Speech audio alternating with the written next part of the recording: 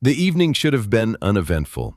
Adrian Vale's car glided to a stop before the limestone steps of his estate as twilight pooled over the hills.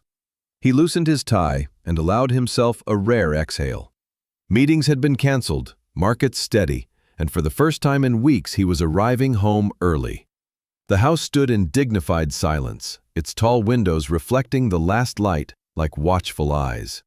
Inside, the air was still, scented faintly of polished wood and jasmine from the garden.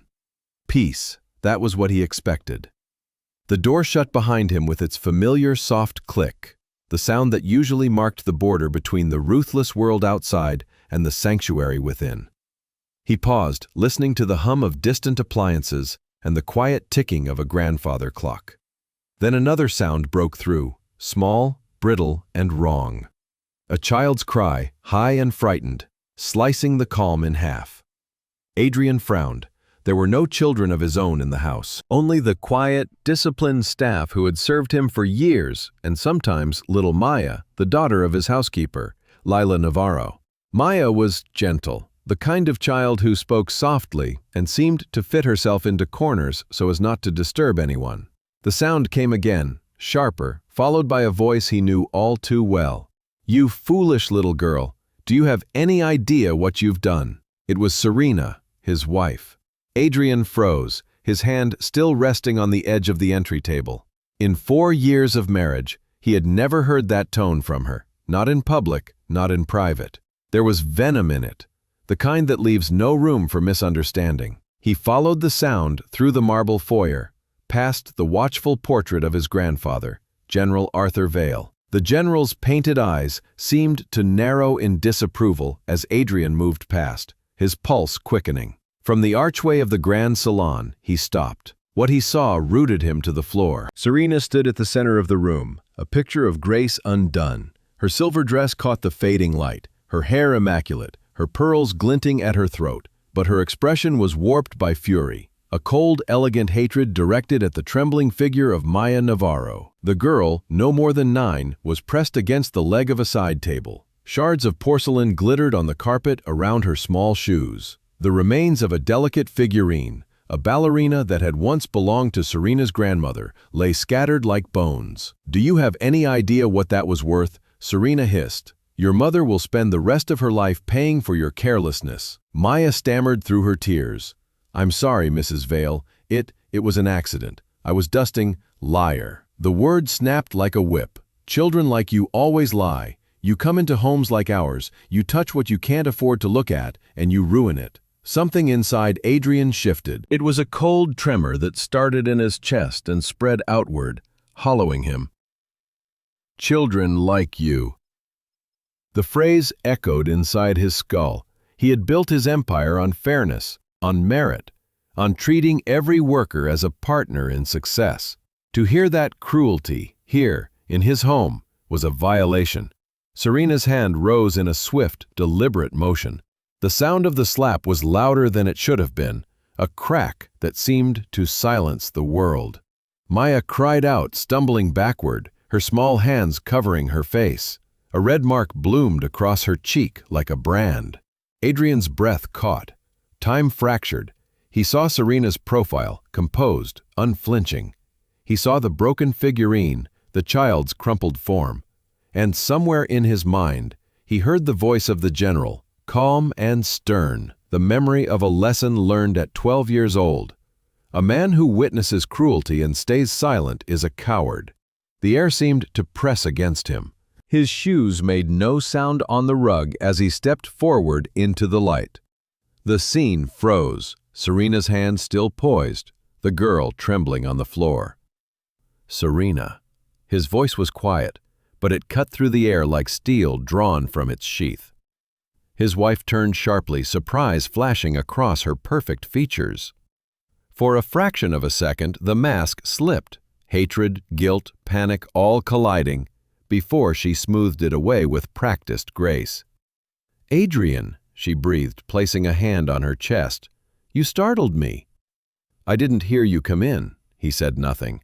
His gaze fell to Maya, who sat rigid, eyes wide with terror. The silence stretched thin.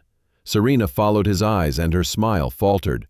She began to speak, to rearrange the scene into a version that would suit her, but the words tangled and died under the weight of his stare.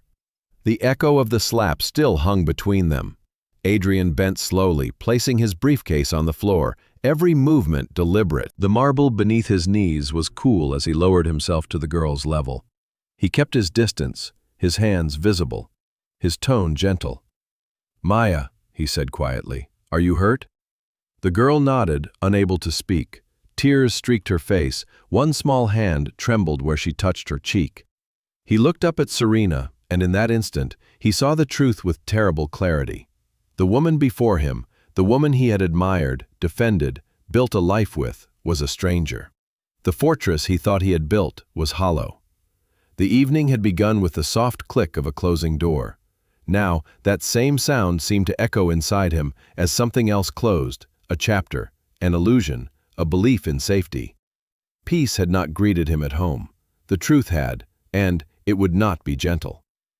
Serena Vale stood frozen in the half-light, her poise returning like a reflex honed by years of social perfection. She reached for composure as easily as others reached for air. Her tone softened into a trembling imitation of grace. "Adrian, darling," she murmured, "you are home early. This looks dreadful, I know, but it was only an accident that spiraled. The girl broke my grandmother's figurine, you remember it, the heirloom from Paris. I was upset, that is all." Adrian said nothing. His silence was not passive, it filled the room with weight, a presence that made the chandeliers seem dimmer. He looked not at his wife but at the child curled near the broken porcelain. A tear traced a line down Maya's cheek. Her small shoulders shook with each quiet sob, her hands folded in apology to a world that had already judged her. He crouched closer, the way his grandfather had once taught him to approach a frightened horse, slowly and without sudden movement. "Maya, look at me, you are safe." The words were soft, steady. The girl's eyes flickered toward him but did not stay. She was afraid of the woman standing behind him, the one who ruled this house with unspoken authority. Serena's voice broke through, sharp again. "She needs to learn consequences, Adrian. These people think kindness means weakness. Her mother is careless, and now her daughter follows suit. I will not have this home turned into a playground for the help." The word help hit Adrian like an insult to his own values. He turned his gaze toward her, calm but cutting. "The staff are not ornaments, Serena. They are human beings. Leela has been loyal for 5 years. Never a complaint, never a missed day. Her daughter did not deserve your hand." She blinked, feigning disbelief. "My hand? It was a tap. I was teaching respect.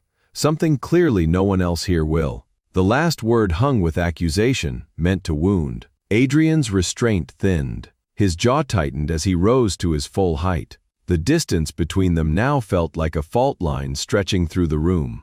Behind him, the general's portrait loomed, a silent witness to the unraveling of a legacy. He walked past Serena and knelt beside the broken figurine. One piece, a porcelain hand, rested against the carpet, the painted fingers still curved in grace. He picked it up gently. The surface was cold. He turned it over once before setting it on the table. When he spoke again, his voice was calm, almost eerily so.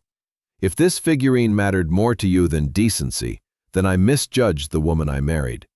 Serena's mask cracked, only slightly, but he saw it. There was fear behind her practiced calm, the fear of losing control. Adrian turned away from her, extending his hand to Maya, palm up, an open invitation. "Come, we will clean that scratch." The girl hesitated, glancing at Serena before reaching out with trembling fingers. Adrian helped her stand, steady and patient.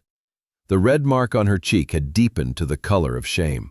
He guided her toward the hallway. Serena's heels clicked against the floor as she followed. "Where do you think you are taking her?" she demanded. She broke something precious. She must face it. Adrian did not turn around. His voice was low but final.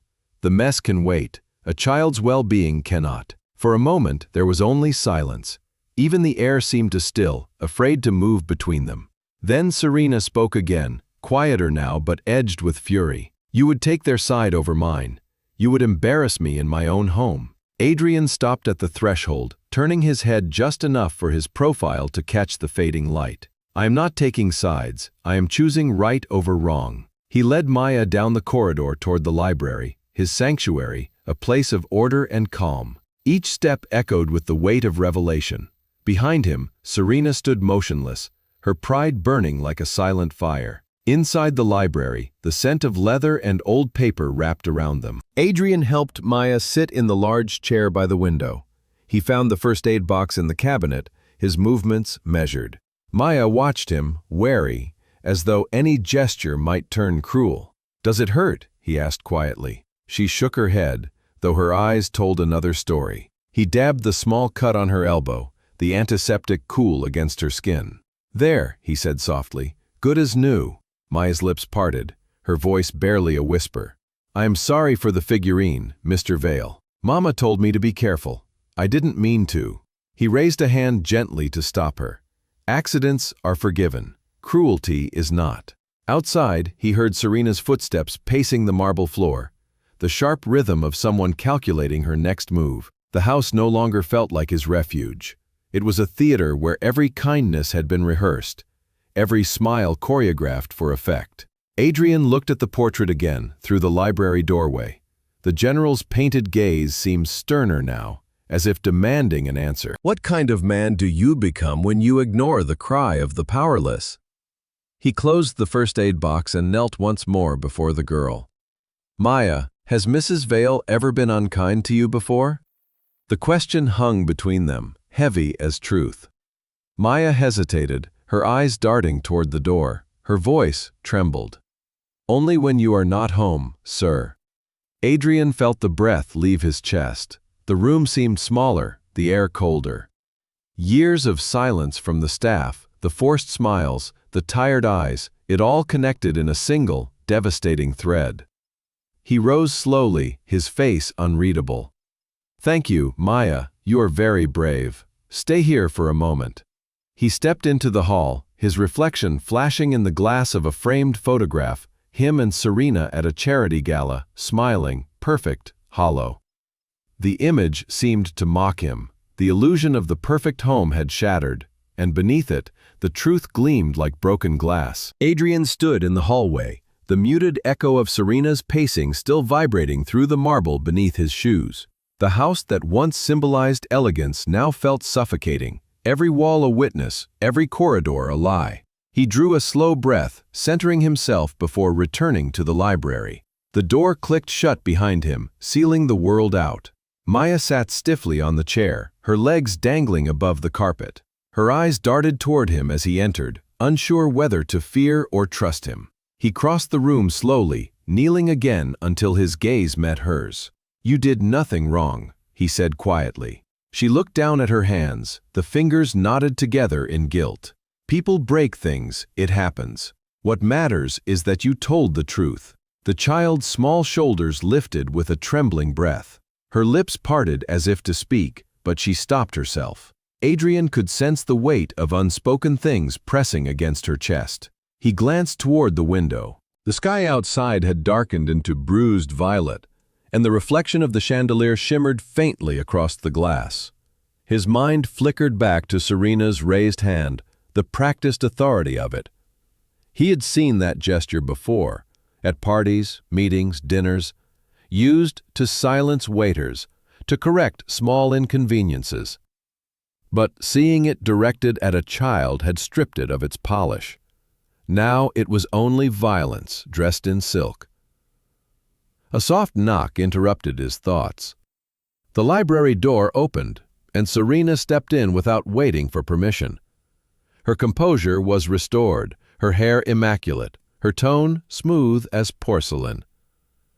"Adrian," she said with a sigh that masqueraded as concern, "let us not make this dramatic. I overreacted, yes, but I was startled.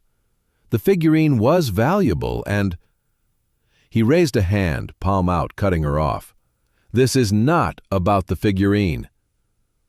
Serena blinked, caught off guard by the calm in his voice. "Then what is it about?" she asked, the sweetness in her tone already curdling. "It is about a line," he said, his gaze steady. "The line between discipline and cruelty, between authority and abuse, and you crossed it." For a moment, the words hung heavy in the air. Serena's expression hardened, the social smile evaporating. She folded her arms, a defensive gesture. "You always dramatize," she said coldly. "You see moral crises where there are none. The child needs structure. Her mother certainly doesn't provide it." Adrian's voice deepened, restrained but resolute. "Structure is earned through respect, not fear. I will not have fear in my home." Serena's eyes flashed. "Your home," she repeated, her tone sharp. "Do not forget that I helped build this house, that my name—" Adrian stepped closer, the distance between them shrinking until she could see the edge in his eyes. He spoke softly, but every syllable landed with precision. "The moment you struck that child, this stopped being your home." She inhaled sharply, as if he had slapped her instead. For a heartbeat, neither moved. Then she smiled again, that brittle, calculated smile she used in public when the cameras turned her way. "You are being sentimental," she said. "This is exactly why people walk over you, Adrian. You let emotion cloud judgment. The staff need boundaries. Children like her need reminders of their place." He turned slightly, looking toward Maya. The girl sat silent, wide-eyed, her small frame trembling under the weight of the conversation. He crouched beside her again, his voice gentle. "You hear that, Maya?" he asked softly. "You have a place here, and it is not beneath anyone's hand." The girl blinked, her lip quivering. Serena made a dismissive noise, her heels tapping against the wood floor. "Enough of this performance. Send her away. We will discuss this privately." Adrian rose, his presence filled the space between them. "There will be no discussion. Lila will return soon, and when she does, I want you nowhere near this child." Serena laughed, but there was no joy in it, only disbelief. "You would banish your wife over a servant's brat." Adrian looked at the carpet between them. A single thread of red silk divided the ornate pattern, a thin, deliberate line that ran straight through the center. He pointed to it. "Right here," he said. "This is where it ends." Serena frowned, following his gaze. "What are you talking about?" He looked up, meeting her eyes. "The line, the one I will not cross, and neither will you again." She stared at him, realization dawning like a storm. Her voice trembled now, not from fear but from anger barely contained. "You are making a spectacle of me, Adrian. You think this makes you noble? People will talk." "Let them," he said. "I am finished pretending." For a long moment neither moved. The sound of the clock filled the silence, each tick punctuating the end of something sacred. Serena's jaw clenched. "You are a fool," she whispered. Her eyes flicked toward Maya, then back to him, dark with resentment. "You will regret this display." Adrian said nothing. He turned to Maya and offered his hand again. "Come," he said gently. "Let's find your mother." As they walked past Serena, the scent of her perfume lingered in the air, sweet, expensive, suffocating. She didn't move. Only her reflection in the glass door watched them go, her perfect posture unchanged, but her control slipping through invisible cracks. When the door closed behind them, the echo carried through the hall like a verdict. The line on the carpet remained, a boundary drawn in silence, one that would never be crossed again. The library had always been Adrian Vale's refuge, a sanctuary of leather-bound order and inherited wisdom. Its scent, aged paper, oak polish, and faint tobacco from a time when his grandfather used to sit by the fire, breathed calm into chaos. Tonight, though, that calm felt fragile, like a glass dome holding back a storm. He led Maya to the armchair near the fireplace, the one with the worn brass studs along its edges. The child sat small against its vast cushions, clutching her knees as though trying to disappear inside herself. Adrian moved quietly, setting a folded blanket over her shoulders. The flicker from the fireplace touched her face, softening the red mark that still glowed faintly on her cheek. She looked up at him with eyes wide and uncertain, and he realized she expected punishment. It broke something in him that she had learned to expect pain before comfort. "No one will hurt you here," he said gently. "Do you understand?" Maya nodded, but it was the reflex of someone who agreed to survive, not to believe. Her small fingers gripped the edge of the blanket like an anchor. Adrian sat across from her, the fire crackling between them. "Your mother works hard," he continued. "I have seen her. Always on her feet, always early, never a complaint. She is someone I trust. That means you are safe." The words landed somewhere deep inside her. She blinked fast, as if unsure whether she was allowed to cry again. A tear slipped free anyway. Adrian reached for a handkerchief from his pocket, setting it on the table within her reach rather than touching her. The gesture was deliberate, an offering, not an intrusion. "Do you want to tell me what happened?" he asked softly. Maya hesitated. Her gaze drifted to the firelight, her voice barely more than a whisper. "Mrs. Vale told me to dust the glass shelves in her room. Mama always does it, but she went to the market. I was careful, I really was. Then the ballerina fell. I tried to catch it." Adrian listened without interrupting. The guilt in her tone was heavy, far heavier than a child should carry. "And then," he asked. She swallowed. "Mrs. Vale said I broke it on purpose. She told me to stand still. I said I was sorry, but she—" Maya stopped, her throat tightening. She pressed her palms to her face, her voice trembling through her fingers. "She said she'd tell Mama to leave forever." Adrian's chest ached at the quiet despair in her words. He leaned back, his gaze sweeping the rows of books that lined the walls, books on leadership, justice, history, philosophy.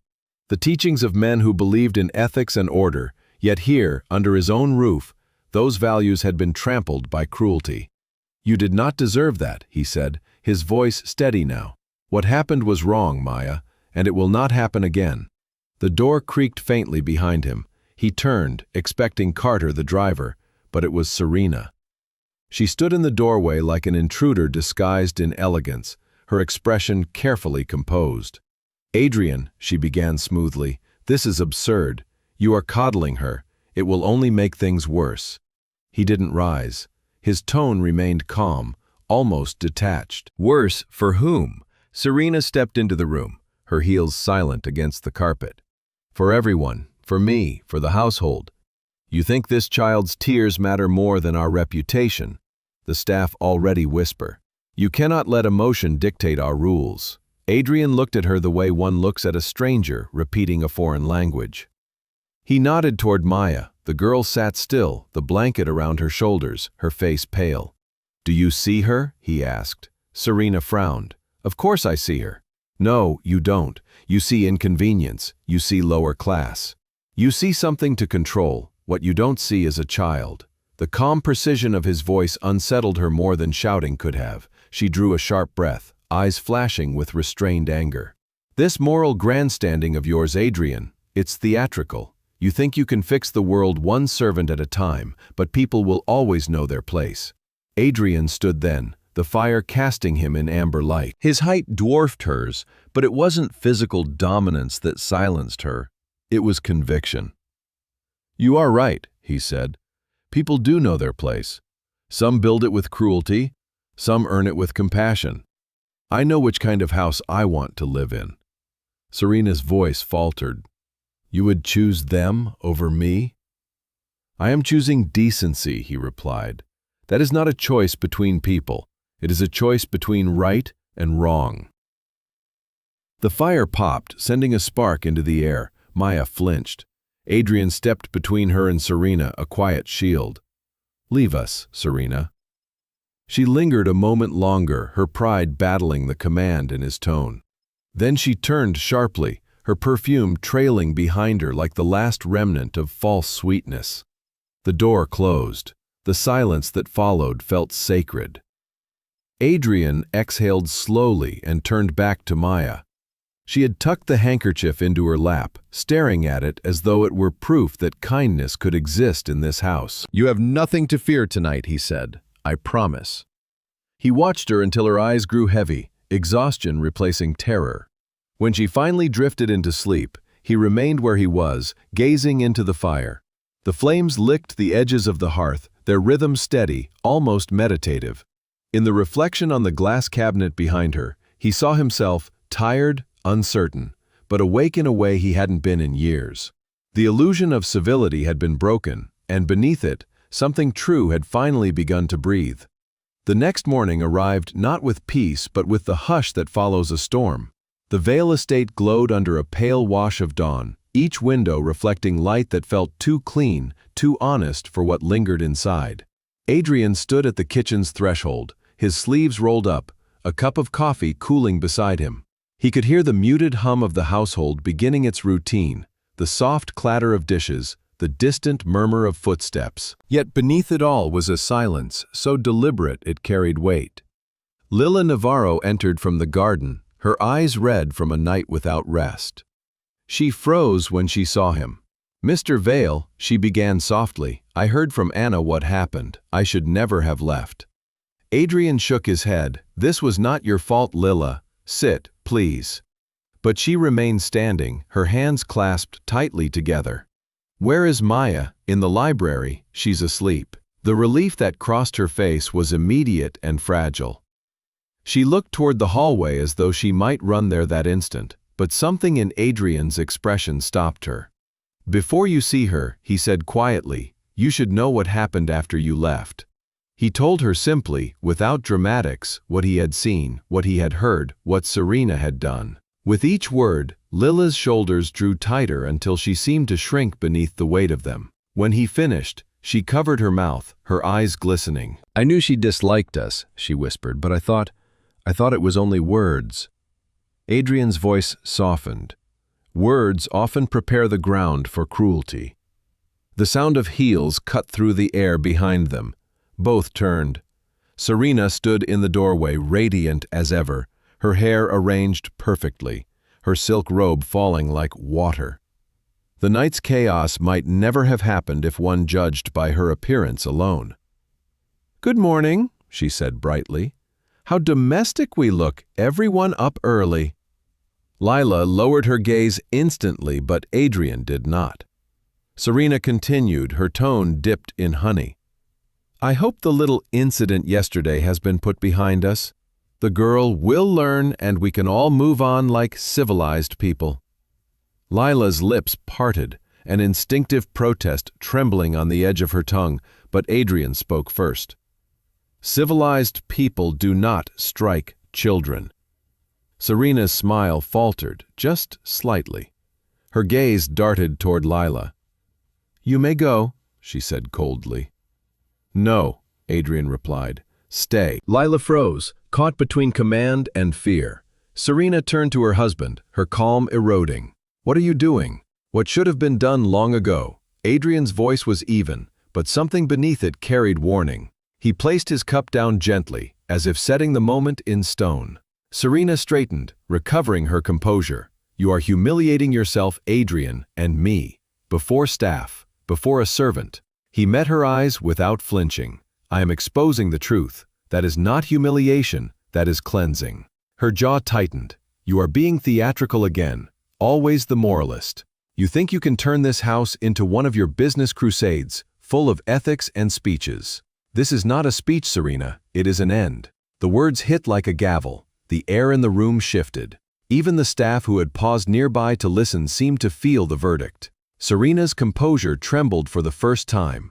Her hand gripped the counter to steady herself. "You would end a marriage over this? Over a servant's child?" Adrian's eyes hardened. "Over a lie. Over the cruelty that you call discipline. Over the silence you demanded from everyone who watched." Lila stood still as a statue, unsure whether to breathe. Serena exhaled through her nose, a sharp sound between disbelief and rage. "You will regret this," she whispered. "When the papers find out, when people see the kind of man who lets gossip ruin him." Adrian interrupted quietly. "Let them." Serena blinked. He continued, his voice calm, deliberate, final. "I would rather be ruined by truth than respected for deceit." She stared at him, her face drained of its flawless calm. Behind her beauty there was panic now, a flash of something raw and human. He moved closer, lowering his tone so only she could hear. "You said once that power is the ability to make others afraid. You were wrong. Power is the ability to protect what is fragile and still remain kind." Serena's lips parted, but no words came. The silence between them became unbearable. At last she turned sharply, brushing past him. The echo of her heels faded up the staircase. Lila stood motionless. "I will leave, sir," she said quietly. "It is safer for Maya and for me. Adrian turned toward her. "You will not leave. You will take Maya to the guest suite near the garden. Carter will move your things. No one will disturb you there." She hesitated, her voice breaking. "Why are you doing this for us?" "Because," he said, "someone should have done it for me when I was your daughter's age." Lila's eyes widened, but before she could speak, he walked past her toward the hall, his reflection following him in the polished marble. A man stripped of pretense, a man deciding who he would be from this moment forward. Outside, the first light of morning poured through the high windows, spilling across the floors in quiet gold. The house remained still, holding its breath, waiting to see what truth's daylight would reveal. By noon, the air inside the Vale estate had turned heavy, as if the house itself understood that something irreversible had shifted. The staff moved quietly through the halls, their voices hushed, their eyes lowered. Whispers flowed like invisible currents, carrying fragments of what had happened the night before. Some pitied Serena, most pitied the child. None dared to speak above a murmur. Adrian sat in his study, the curtains drawn halfway to soften the glare of the afternoon sun. A decanter of water stood untouched beside him. The phone on his desk had rung 3 times that morning. Business partners, journalists, his assistant, but he hadn't answered any of them. The affairs of the world could wait. There were wounds closer to home that demanded tending. A soft knock came at the door. He didn't need to ask who it was. The rhythm, hesitant but controlled, belonged to Serena. "Come in," he said quietly. The door opened and she entered, dressed with deliberate modesty this time. Her hair was tied back, her makeup understated, her expression carefully measured. The woman who had once commanded every room now seemed smaller, as though the house itself no longer bowed to her presence. Adrian did not stand. He watched her cross the carpet and stop a few feet from his desk. For a moment, neither spoke. The faint ticking of the clock filled the silence. "You have made your point," she said finally. Her voice was calm, almost weary. "I have thought about what happened. I understand that it looked bad, but you must also understand what it means for me. The whispers will destroy everything we've built." He regarded her evenly.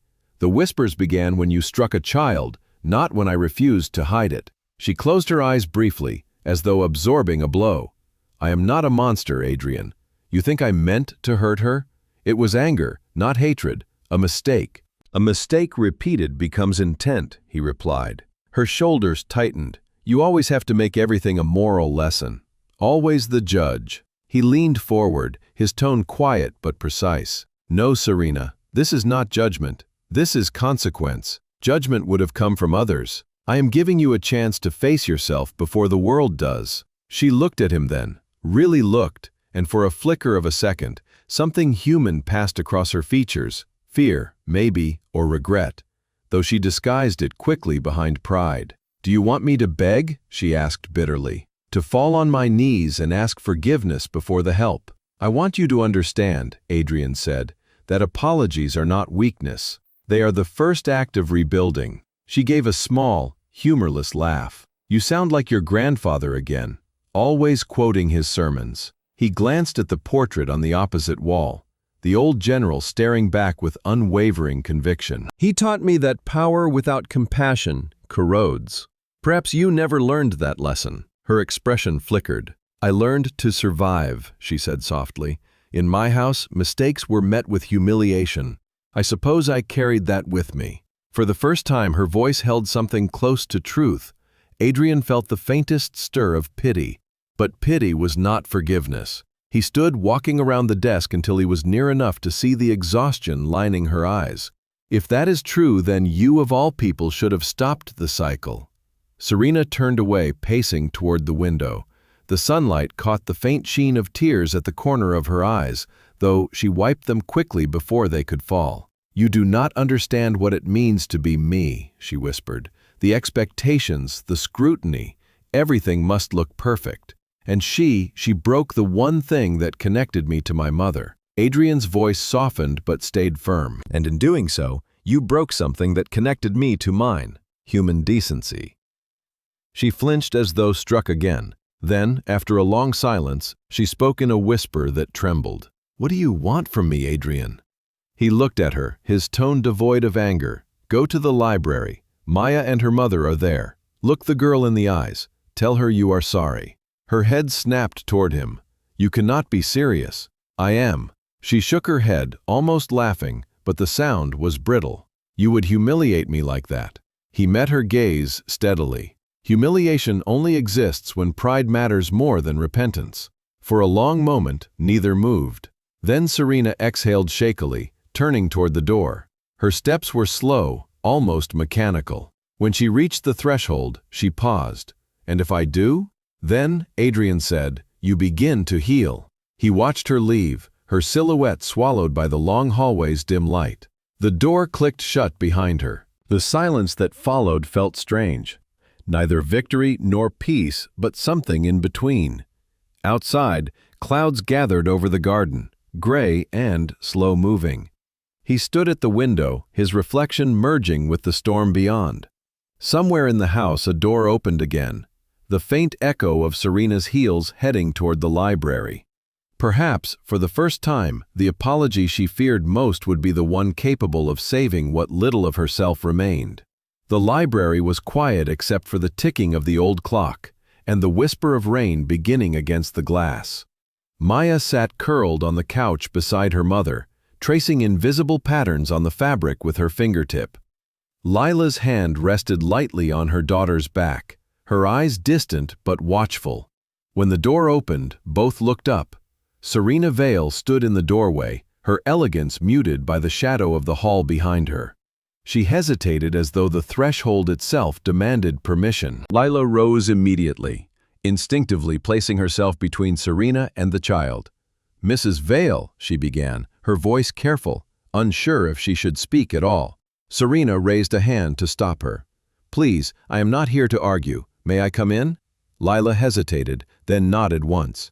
Serena stepped inside, the faint rustle of her skirt sounding almost apologetic. Her eyes swept the room, the tall shelves, the flickering fire, the portrait of General Arthur Vale looming above the mantel. The general's painted stare seemed to follow her as she crossed the room. Maya shrank back, her small fingers clutching the edge of her mother's sleeve. Serena paused, the sight striking something deep and unwelcome in her chest. She had seen fear before, on faces she scolded, in eyes that avoided hers, but never like this, never from a child this small. Lila's voice broke the silence. "What do you want, ma'am?"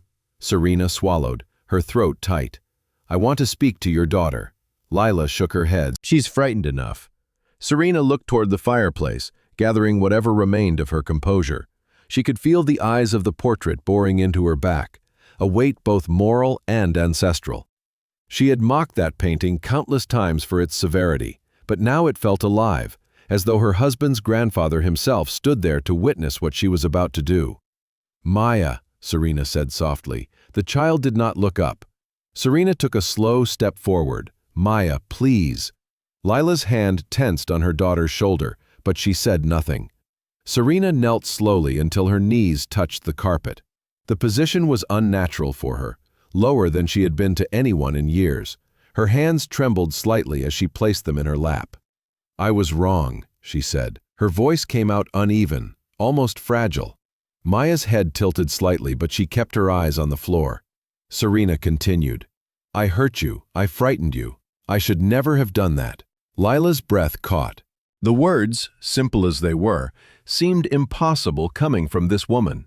Serena drew a slow breath. "When I saw the figurine on the floor, I didn't see a mistake. I saw my mother's voice in my head, screaming at me for every tiny flaw. I repeated her cruelty without even thinking. That is not your fault. That is mine." For a moment, the only sound was the fire's soft crackle. Then, slowly, Maya lifted her gaze. Her voice was small but steady. "Are you still angry?" Serena shook her head. "No, child. I am ashamed." The words cost her more than she had expected. Shame was a foreign language she had spent her life avoiding, but now it came with strange relief, like air entering lungs too long starved. Maya studied her quietly. Her innocence made the moment heavier, not lighter. Then she said, "You should say sorry to Mama, too." Lila stiffened. Serena looked up, meeting the woman's wary eyes. For a second, her pride wavered again, fighting to return. But then she exhaled and nodded. "You are right." She rose slowly, facing Lila. "I treated you unjustly. You have cared for this house, for my family, with dignity I did not respect. I am sorry." Lila stood still, disbelief flickering across her face. She had imagined this moment in anger many times, but now that it was real, it felt hollow, heavy, and strange. She nodded once. "I forgive you," she said quietly, though the word sounded like something she was still learning to mean. Serena turned back to Maya. "You may keep the blanket," she said softly. "It suits you better than me." The child nodded, her grip tightening on the fabric around her shoulders. From the doorway, a voice spoke. "That will do." Adrian had been standing there for several moments, watching in silence. His face was unreadable, but his eyes held the measured calm of someone who had seen the tide finally turn. He stepped into the room, his gaze passing briefly to the portrait above the fire, before resting on Serena. "You have done what needed doing," he said. Serena looked up at him, uncertain whether she should feel relief or humiliation. "I suppose this is my trial then," she murmured. Adrian's tone was steady. "Number. The trial was last night. This is the verdict." He crossed the room to the desk and placed a folded envelope on its surface. Inside were documents, arrangements, signatures, endings. Serena's eyes flicked to it, then back to his face. He did not raise his voice. "You will leave for the townhouse this evening. Carter will drive you. There will be no press release, no spectacle, only silence." Serena's jaw tightened. She looked once more at Maya, then at Lila, and finally back at the portrait of the general. The painted eyes seemed less severe now, as if the old man's ghost had granted a quiet nod of acknowledgement. She turned to Adrian. "And what will you tell them?"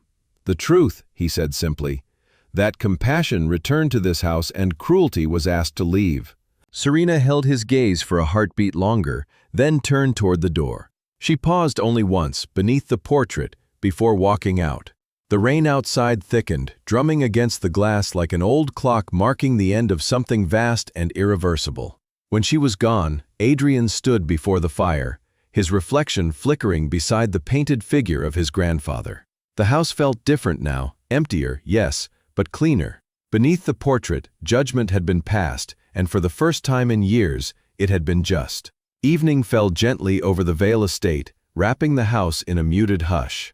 The rain had thinned into a slow drizzle that blurred the edges of the windows, softening the sharpness of the world outside. Adrian stood in the foyer, his coat already on, his hands clasped behind his back as he waited for the sound of the car pulling up to the main entrance. The house, stripped of Serena's commanding presence, felt strange, too large, too hollow, as though it were catching its breath after years of holding it. Carter Briggs appeared at the top of the steps, his steady voice breaking the silence. "The car is ready, sir." Adrian nodded. "Thank you, Carter.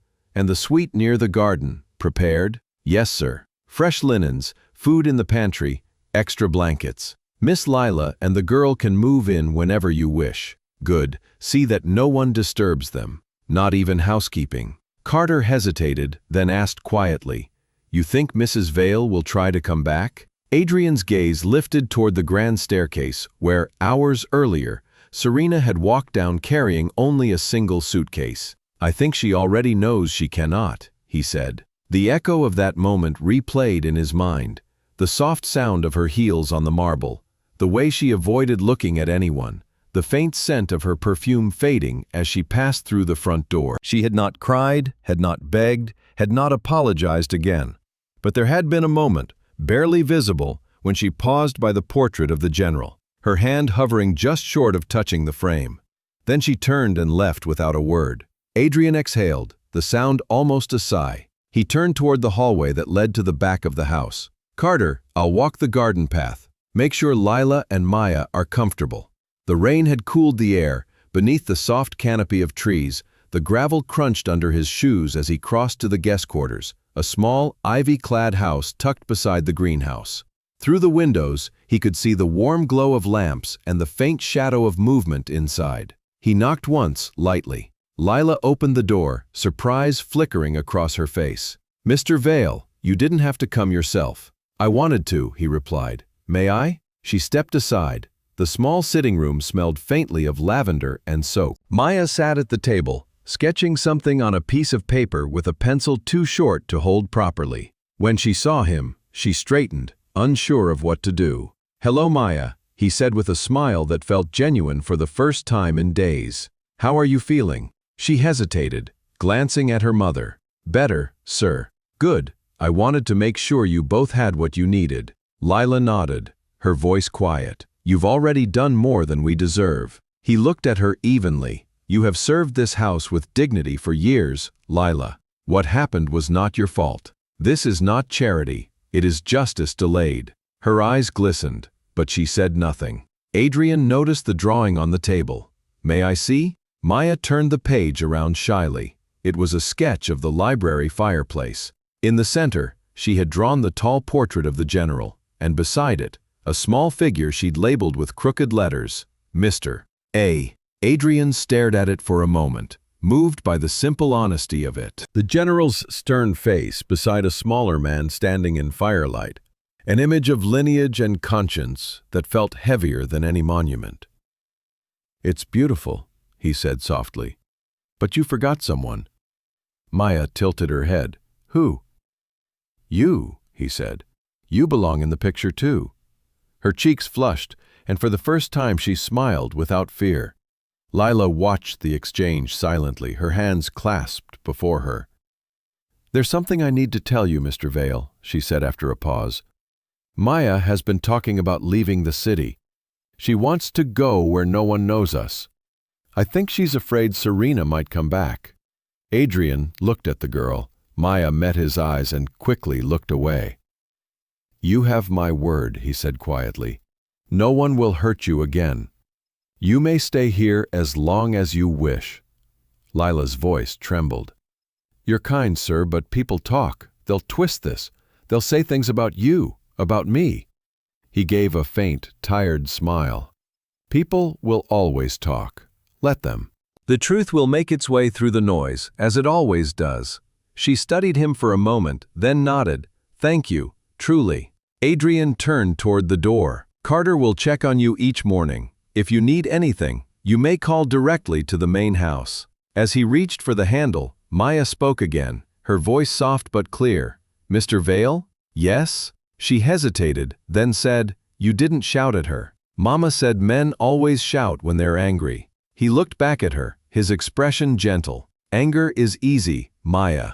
Decency is harder." The girl nodded slowly, as though she would remember the words. Outside, the drizzle had stopped. The clouds were beginning to part, revealing a streak of pale gold on the horizon. Adrian walked the path back to the main house, the scent of rain rising from the earth. Behind him, light glowed through the windows of the guest suite, steady, fragile, alive. He paused once under the old elm tree and looked back. The house he had built, the family he had thought he understood, the legacy he had inherited, all of it had been remade tonight. Not through confrontation, but through quiet rescue. Through the simple act of protecting what was small and good. For the first time in years, he felt that the general's portrait might approve. And for the first time, he no longer needed its approval at all. The city lights glimmered below the Vale townhouse like distant constellations. Serena stood by the window, her reflection pale against the glass, one hand wrapped around a glass of untouched wine. The silence here was different from the estate, thicker, lonelier. The townhouse had once been her stage, a place for charity dinners, polished laughter, and photographs that told the world she was everything she claimed to be. Now it felt stripped bare, too large for one person, too honest for someone who had built her life on performance.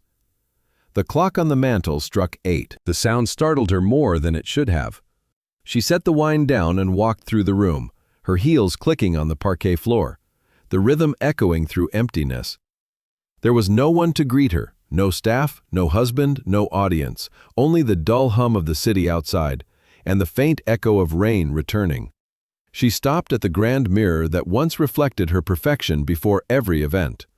The woman staring back at her now looked unfamiliar, older somehow, though only days had passed since her exile. There was no defiance left in those eyes, only fatigue and the residue of fear she refused to name. For hours, she had replayed the scene in the library, Adrian's voice echoing beneath her skin. "You will leave for the townhouse this evening." His words had been calm, without venom, which somehow made them cut deeper. He had not shouted, had not cursed, had not begged. He had simply ended her. She lifted a hand to her cheek, tracing the faint line where her pride still stung. The apology she had given the child had been real, though it shamed her to admit it. She had seen something in that small face that reminded her of herself before she learned to hide behind beauty and status. A child's trembling honesty, the fragile hope that the world could still be kind. For the first time in years, Serena had felt small, and in that smallness, human. The intercom buzzed. She turned sharply, startled by the noise. A voice from the desk downstairs spoke through static. "Mrs. Vale, there's a delivery for you. Shall I send it up?" A pause. Then she said, "Yes." Minutes later, a knock at the door. When she opened it, Carter Briggs stood there in his raincoat, holding a small box wrapped in brown paper. His face was polite but distant, his tone neutral. "Mr. Vale asked me to deliver this personally, ma'am." Her eyes narrowed slightly. "Does he think gifts will fix what he's done?" Carter said nothing. He handed her the package, nodded once, and turned to leave. "Wait," she said. "How is he?" Carter hesitated on the threshold. "He's quieter, ma'am. Different." "Different how?" "Like a man who's finally stopped pretending." She said nothing more, only closed the door behind him. The sound of the latch echoed through the empty rooms. She placed the box on the coffee table and stared at it for a long moment before finally tearing the paper. Inside lay the broken porcelain ballerina. Every piece had been cleaned, glued, and restored with meticulous care. Alongside it was a note in Adrian's handwriting, simple and restrained. "Some things break, others are remade. I hope you find which one you are." Serena sat down slowly, the breath leaving her as if she had been struck. The ballerina's cracks were still visible, faint silver lines running through her body. The imperfection made her strangely beautiful, fragile yet enduring. Serena set the figure on the table and leaned back, her eyes fixed on it. For years, she had defined her worth by perfection. Flawless skin, flawless reputation, flawless control. But the cracks had always been there, just hidden beneath polish. Now they glimmered in plain sight, and for the first time, she could not look away. She poured the untouched wine into the sink and rinsed the glass. The action felt small but final. She walked to the closet, took out a plain coat, nothing designer, nothing showy, and draped it over her shoulders. When she caught her reflection again in the mirror, she looked less like a queen and more like a woman standing at the edge of something uncertain. Outside, the rain had stopped, leaving the streets slick and glistening. She descended the steps slowly, her heels quiet against the stone. At the corner, a florist was closing shop. On impulse, she bought a single white lily and carried it in both hands as she walked toward the small park nearby. The city was alive around her, but for the first time, she did not crave to be seen. She sat on a bench under a street lamp, the light falling softly across her face. She thought of Adrian, of the girl, of the house now filled with silence and faint laughter from the garden. She thought of the portrait, the general's unflinching gaze, and wondered if he had judged her beyond redemption. "No," she whispered to the night, "not yet." A wind brushed past, lifting the hem of her coat. She placed the lily beside her on the bench, its petals catching the light. Somewhere in the distance, church bells began to ring. Serena Vale closed her eyes, listening. For the first time in years, there was no audience, no applause, no stage. Only her and the echo of a truth she could no longer ignore. That power had never been control, and redemption would demand surrender. The rain began again, soft and steady, washing the last of her reflection from the glass behind her. The estate was quieter than it had ever been. The rain had stopped during the night, leaving the air washed clean and cold. Morning sunlight pressed through the tall windows in pale ribbons, falling across polished floors that seemed almost unfamiliar without the echo of Serena's presence. Adrian Vale stood in the grand hall, staring at the staircase where she had descended for the last time. A suitcase, a single nod, no tears. Even now, the silence she left behind felt heavier than her voice ever had. He moved slowly through the house, the sound of his footsteps following him like memory. The portrait of General Arthur Vale loomed above the fireplace, the same solemn expression frozen in oil and time. For years, Adrian had believed that portrait defined what a Vale was meant to be: composed, proud, unyielding. But standing before it now, he saw something else in the general's painted eyes, not pride, but endurance. Not dominance, but duty. He poured himself a cup of coffee and let it cool untouched. His thoughts drifted to the small house by the garden. Carter had informed him that Maya had drawn again this morning, that Lila was helping the kitchen staff prepare lunch for the workers. The domestic rhythm of the estate had resumed, gentle and steady. But beneath it all lay a new current, one that hummed with quiet change. Adrian carried his coffee into the library, where the smell of old leather still mingled with smoke from last night's dying fire. He set the cup down beside the ledger he had left open, a list of charitable foundations, education grants, and community projects he'd once dismissed as tax conveniences. Now, he read them differently. He underlined one with a pen: the Vale Fund for Child Protection. He wrote beneath it, his hand steady: purpose, to support shelters, schools, and families in crisis, in memory of a moment of silence broken too late. The words looked stark against the paper. He leaned back, feeling something shift inside him. Wealth had always been his weapon, his shield, his definition of control. But power, he now understood, meant nothing if it did not defend the powerless. A knock came at the door. It was Carter, carrying a folder. "The documents you requested, sir, for the townhouse transfer and Mrs. Vale's accounts." Adrian accepted the folder without looking up. "Leave them on the desk." Carter hesitated. "There's more, sir." "A letter from her." Adrian froze. He looked up slowly. Carter held out a small envelope, his eyes careful. "She asked that I deliver it to you personally." Adrian took it and nodded. "Thank you, Carter. That will be all." When the door closed, he turned the envelope in his hands. His name was written in Serena's precise, slanted handwriting. He opened it. Inside, a single page. No greeting, no signature, just a few lines written in blue ink. "I understand now that kindness is not weakness. I saw it in your eyes when I was cruel and I could not bear it. Do not hate me for the years I wasted pretending I was whole. Take care of the house, Adrian. Fill it with something better than silence." He read the letter twice, then folded it carefully and placed it in the drawer beside the desk. There was no bitterness left in him, only a quiet ache that felt like acceptance. Outside, sunlight broke through the thinning clouds, spilling warmth across the garden. Adrian rose, walking out onto the terrace. The grass glistened with dew, the scent of wet earth rising like a promise. From across the lawn, laughter drifted faintly, the high, clear sound of Maya playing near the fountain. Her voice carried through the air, light and unafraid. Adrian watched as Lila stood nearby, smiling at her daughter, her hair catching the sunlight. It was such an ordinary scene, yet it felt miraculous. He walked down the steps toward them. Maya noticed him first and waved shyly. He waved back, the gesture unpracticed but genuine. When he reached them, Lila straightened. "Good morning, Mr. Vale." "Good morning," he replied. Then, after a pause, he added, "You can call me Adrian." Lila hesitated, unsure if it was proper, then nodded. "Adrian." He smiled faintly, feeling the weight of formality lift between them. "I wanted to thank you," he said, "not just for your work, for reminding me what this house could be." Lila shook her head. "You reminded yourself, sir."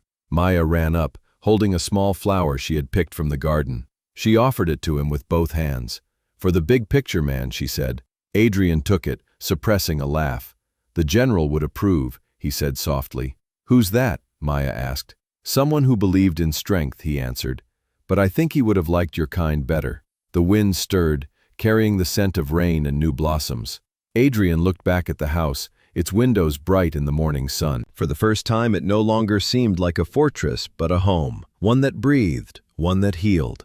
He turned back to Lila and Maya, their laughter rising again as the wind swept through the trees. The hollow inside him began to fill, not with noise, not with triumph, but with something quieter and infinitely stronger. It was peace, and it was enough. Weeks passed, and the rhythms of the Vale estate settled into something that felt almost like healing. The house, once an echoing monument to restraint and hierarchy, began to soften around the edges.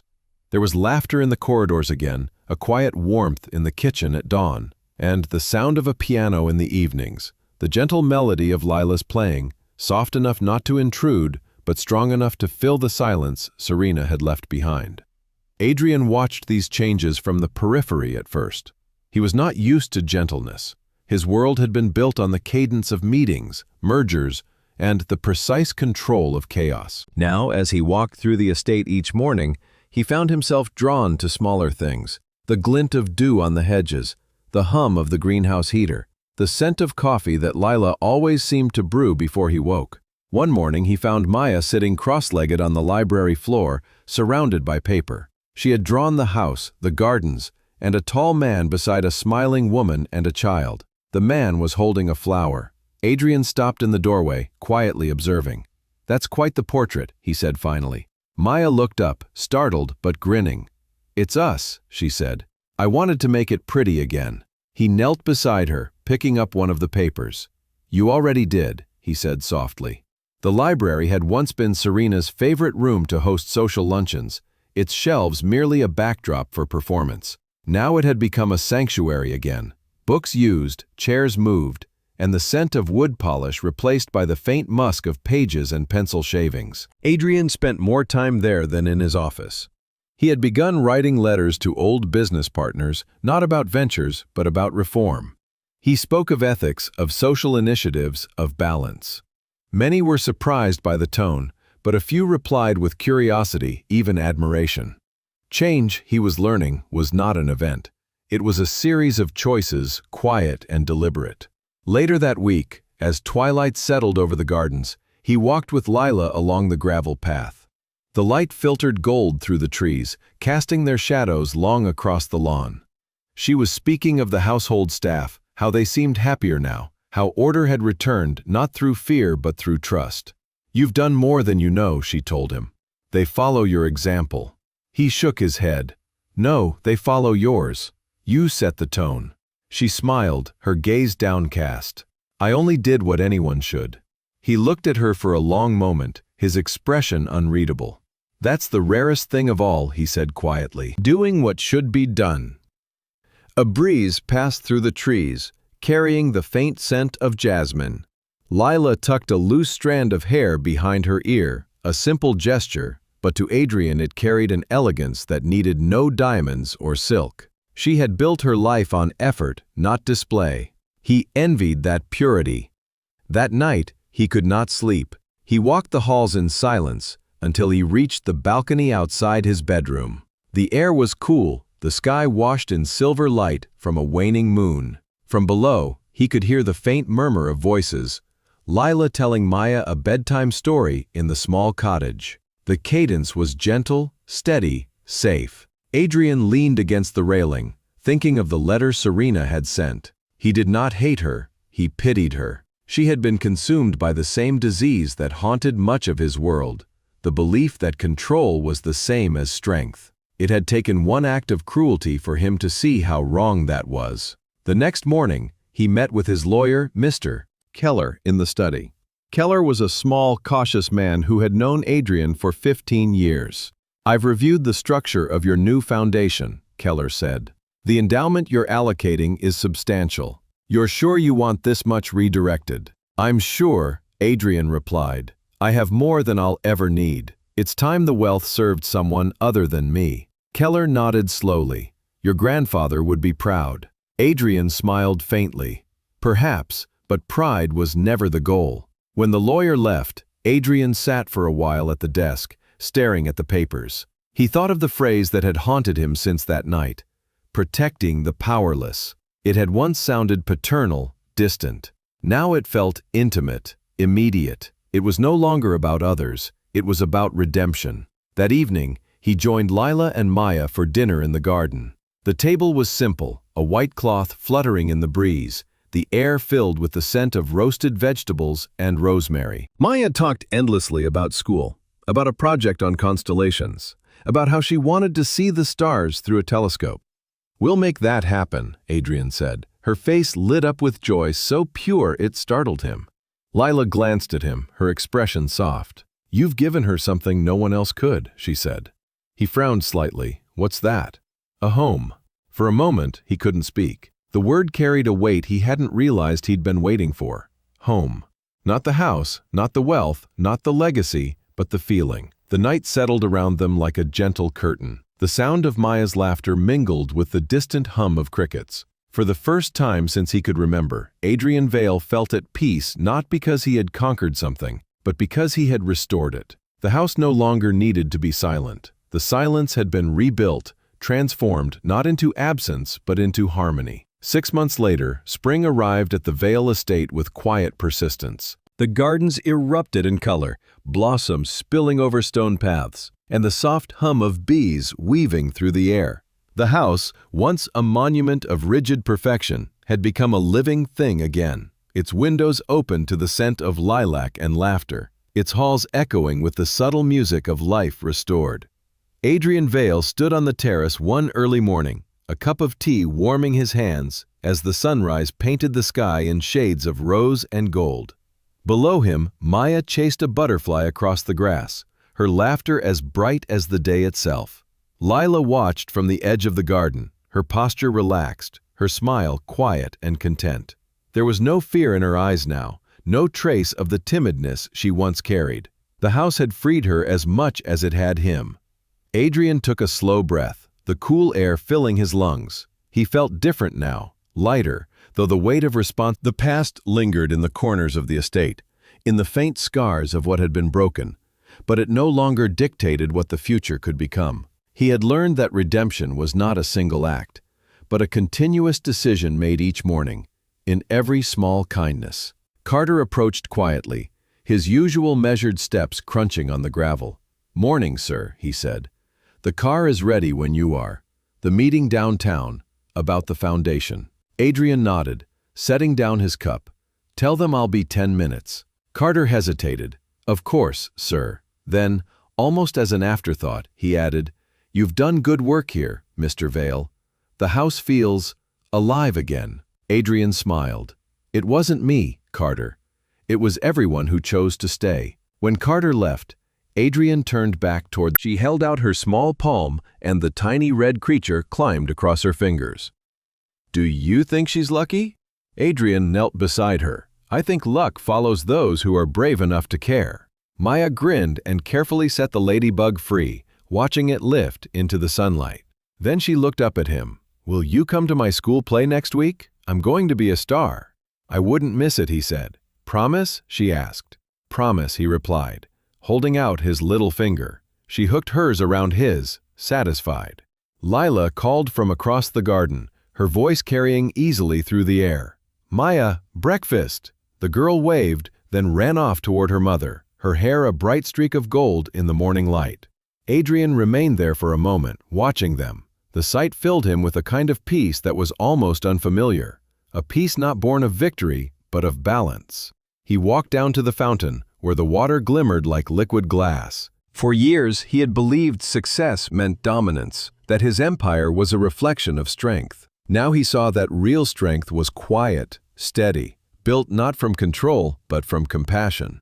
He took out his phone and called Keller, his lawyer. "Michael, I've been thinking about expanding the Vale Fund. Not just education, housing, too, for families starting over. Call it the Phoenix Initiative. I want the first homes built within the year." There was a pause, then Keller's voice, respectful as ever. "That's a beautiful idea, Adrian. It's overdue," he said simply. After the call, he lingered by the water, lost in the rhythm of the fountain. The memory of Serena flickered through his mind, not as accusation, but as closure. He had read her letter again the night before, and realized it was not guilt that drove him, but understanding. She had fallen under the illusion that beauty and power were the same as worth. He pitied her, but he no longer carried her mistakes as his own. He turned back toward the house. Lila was standing by the doorway, shielding her eyes from the sun. "Breakfast is ready," she said. He joined them on the veranda, where a simple meal waited: toast, fruit, and the rich smell of coffee. Maya chatted endlessly about school, about her teacher, about the new book she was reading. Lila listened, her hand resting lightly on her daughter's shoulder. Adrian ate little, content just to listen. This, he thought, was what the general had meant all along, not victory or legacy. "No, Lila, you reminded me what needed saving." When they reached the end of the path, the sunlight broke fully through the clouds, spilling light across the house. It gleamed like a promise fulfilled. Adrian paused, looking back at the estate, his home remade not by wealth but by grace. The walls that had once imprisoned him now stood open to the world, not as barriers but as guardians. The wind carried the faint sound of Maya's laughter again, rising above the hum of the day. Adrian Vale smiled, a quiet, unguarded smile, and for the first time in his life, he felt not the burden of being a Vale, but the honor of it. The general's portrait inside would remain, but the true legacy was here, alive, laughing, running barefoot through the morning grass. The fortress had not been rebuilt, it had been transformed, and beyond its walls, the light waited, endless and forgiving.